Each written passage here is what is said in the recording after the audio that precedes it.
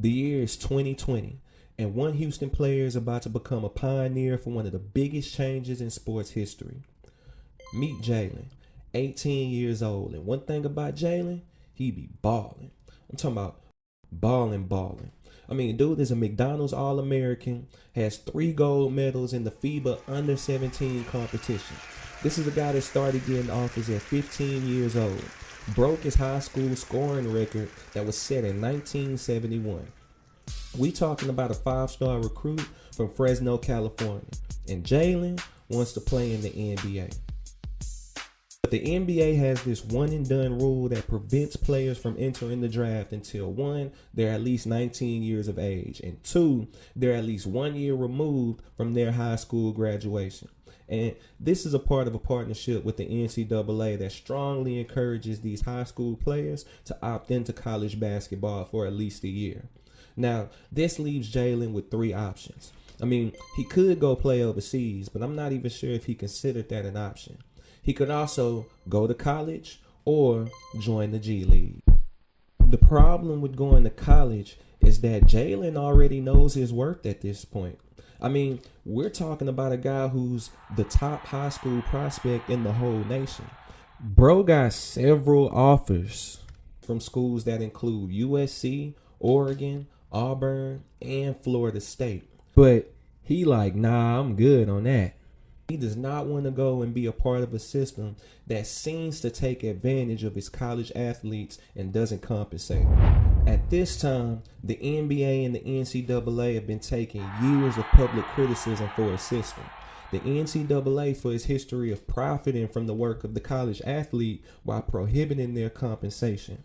The NBA for their system that encourages young players to even have to take this route. And so the NBA comes up with a solution that it believes will satisfy the public and the NCAA. The G League Ignite. Now, the G League was already a thing, and it was supposed to prevent these issues from happening.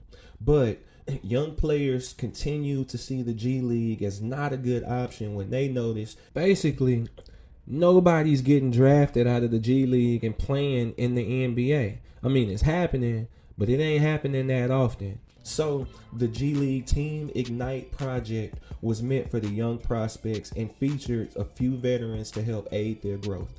It included other 5-star recruits like Jonathan Kuminga and vets like Amir Johnson and Jared Jack at the time. The NBA, they think they know exactly who to bring in to sell this to other young players and potential top talent in the league.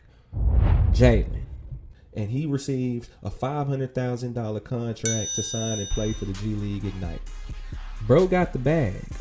Now, after a semi-successful season, Jalen entered the NBA draft and was taken 2nd overall.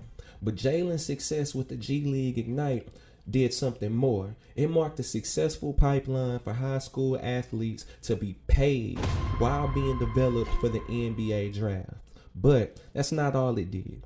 What it did was put more pressure on the NCAA to address this issue of player compensation. The NCAA sees what happened with Jalen, and they now know that they could have several players that choose to take this route. I mean, this dude got paid for the year that he was out of college, and then he went on to get drafted 2nd overall. Looks like a clear pathway to me, and it looks like we don't have to go to college unless we want to. On to what the NCAA deemed a threat by the NBA to take top-tier talent and keep them from joining the NCAA and playing college basketball, they introduced the NIL rules. Now, NIL is an acronym for name, image, and likeness. Basically, it allows players to get compensated from endorsements, sponsorships, personal appearances, and even autograph signing. But there are rules to it, like the quid pro quo rule, which means athletes have to provide something to prevent pay-for-play clauses. And they have restrictions like they can't endorse alcohol or gambling, and I can imagine there's some other things they can't endorse as well.